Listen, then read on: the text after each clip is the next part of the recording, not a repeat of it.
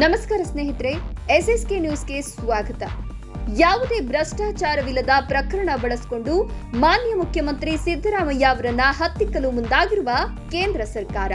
ಹೌದು, ಕರ್ನಾಟಕ ಸರ್ಕಾರದ ಜನಮೆಚ್ಚಿದ ಮುಖ್ಯಮಂತ್ರಿ ಸಿದ್ದರಾಮಯ್ಯ ವಿರುದ್ಧ ಕೇಂದ್ರ ಸರ್ಕಾರ ಪಿತೂರಿ ನಡೆಸುತ್ತಿದೆ ಅಂತ ಶಾಸಕ ಎಸ್ ಎನ್ ನಾರಾಯಣಸ್ವಾಮಿ ಆರೋಪ ಮಾಡಿದ್ರು.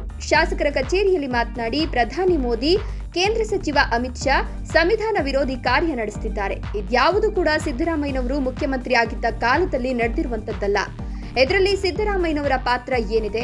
ಇದರಲ್ಲಿ ಕಾನೂನು ಬಾಹಿರವಾಗಿ ಯಾವುದೇ ಹಣಕಾಸಿನ ವ್ಯವಹಾರ ನಡೆದಿಲ್ಲ. ಕರ್ನಾಟಕದ ರಾಜ್ಯಪಾಲರು ಕೇಂದ್ರದ ಕೈಗೊಂಬಿಯಂತೆ ವರ್ತಿಸುತ್ತಿದ್ದಾರೆ ಅಂತ ಆರೋಪವನ್ನ ಮಾಡಿದ್ದಾರೆ. ವರದಿ ಕೋಲಾರ್ ಶ್ರೀನಿವಾಸ್. ಸಿದ್ದರಾಮಯ್ಯನವರ ಪಾತ್ರ ಏನಿದೆ? ಇದು ಯಾವುದೂ ಕೂಡ ಇದರಲ್ಲಿ ಸಿದ್ದರಾಮಯ್ಯನವರ ಪಾತ್ರ ಏನಿದೆ? ಇದು ಯಾವುದೂ ಕೂಡ ಸಿದ್ದರಾಮಯ್ಯನವರು ಮುಖ್ಯಮಂತ್ರಿ ಆಗಿದ್ದ ಕಾಲದಲ್ಲಿ ಆಗಿರ್ತಕ್ಕಂಥದ್ದಲ್ಲ. ಎರಡನೇದು, ಇದರಲ್ಲಿ ಕಾನೂನು ಬಾಹಿರವಾಗಿ ಯಾವುದೇ ಹಣಕಾಸು ವ್ಯವಹಾರ ಆಗಿಲ್ಲ. ಯಾವುದೇ ಜಮೀನನ್ನ ಸಿದ್ದರಾಮಯ್ಯನವರು ಕಾನೂನು ಬಾಹಿರವಾಗಿ ಬೇರೆಯವರಿಗೆ ಮಂಜೂರು ಮಾಡಿಸಿಲ್ಲ, ಅವರು ಮಾಡಿಸ್ಕೊಂಡಿಲ್ಲ. ಇವತ್ತು ಕರ್ನಾಟಕ ರಾಜ್ಯದಲ್ಲಿ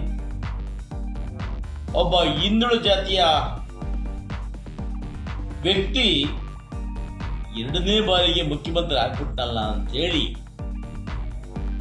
ಈ ಬಿಜೆಪಿ ಜೆಡಿಎಸ್ ಅವರಿಗೆ ಸಹಿಸಿಕೊಳ್ಳಕ್ಕಾಗದೆ ಕುತಂತ್ರ ಮಾಡಬೇಕು ಅಂತ ಹೇಳಿ ಇವತ್ತು ಈ ಒಂದು ಮೈಸೂರು ಚಲೋ ಪಾದಯಾತ್ರೆಯನ್ನ ಮಾಡ್ತಾ ಇದ್ದಾರೆ. ಇದು ಕೇವಲ ಕುಶೇಷ್ಟೇ ರಾಜಕಾರಣ ಬಿಟ್ಟರೆ ಇಲ್ಲಿ ಯಾವುದೇ ಸತ್ಯಾಂಶ ಇಲ್ಲ.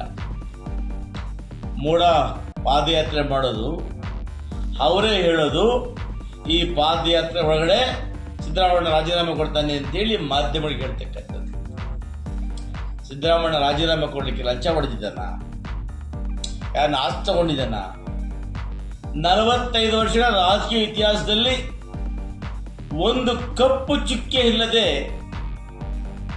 ರಾಜಕಾರಣ ಮಾಡಿ 14 ಬಜೆಟ್ ಕೊಟ್ಟಿರತಕ್ಕಂಥ ಮುಖ್ಯಮಂತ್ರಿ ಸಿದ್ದರಾಮಯ್ಯನವರು ಇವತ್ತು ಹಿಂದುಳಿದವರ, ಅಲ್ಪಸಂಖ್ಯಾತರ, ಬಡವರ, ಪರಿಶಿಷ್ಟ ಜಾತಿ, ಪರಿಶಿಷ್ಟ ಪಂಗಡದವರ, ಎಲ್ಲ ಸಮುದಾಯದ ಹಿತರಕ್ಷಣೆಗಿರ್ತಕ್ಕಂಥ ಒಬ್ಬ ಭಾರತ ದೇಶ ಕಂಡಂತಹ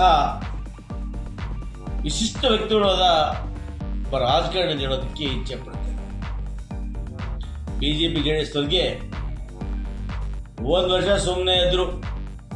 ಹೌದಪ್ಪ, ಮೂಳ ಹಗರಣ ಆಗಿದ್ದರೆ ಅದು ನಿಮಗಾಗಿರ್ತಕ್ಕಂಥದ್ದು. 1 ವರ್ಷ 2 ತಿಂಗಳು ಯಾಕೆ ಸುಮ್ಮನೆ ಇದ್ರಿ?